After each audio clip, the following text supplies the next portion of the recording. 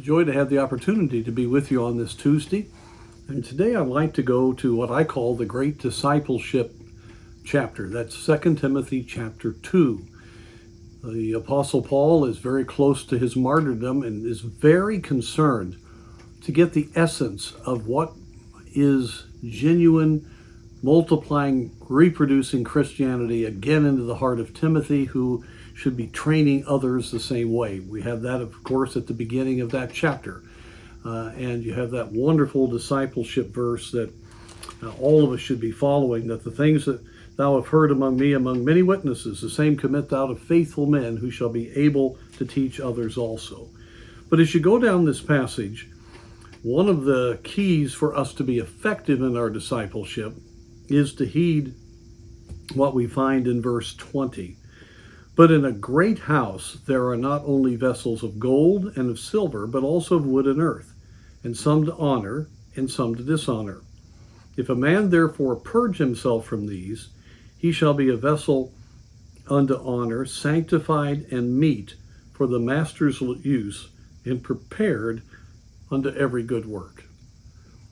Discipleship is caught as well as taught. We already know that. Life goes to life. Paul said, "Be ye a follower of me, even as I am of Christ." And it's very important for us, if we're going to have encouragement in these days and see God use us, well, we've got to be honest about what is honorable in our life and what is not honorable. People really pick up on the life, the testimony of someone who's teaching them, discipling them, working with them. New Christians want to emulate, and they should, the life of a more mature believer. But every one of us have things that are not honorable, things that are not really of the Spirit. They are not habits that are the best, maybe some ways that we talk, some actions that we're involved in, some attitudes that we have. And those things, the Bible says very clearly, we need to purge ourselves from these. And our vessel, our life needs to be sanctified, set apart, so that God is able to use it mightily. The thing that will disciple people into true multiplying believers is for them to see Christ in us and not to try to emulate whatever are our human strengths and weaknesses. We're all different. We're all gifted differently. But our lives need to be honorable. And I tell you what, you want to be encouraged? See someone that you're working with grow in the Lord.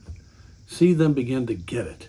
The word becomes precious to them. They get rid of some of the old things in their life because they see you having made those same hard decisions.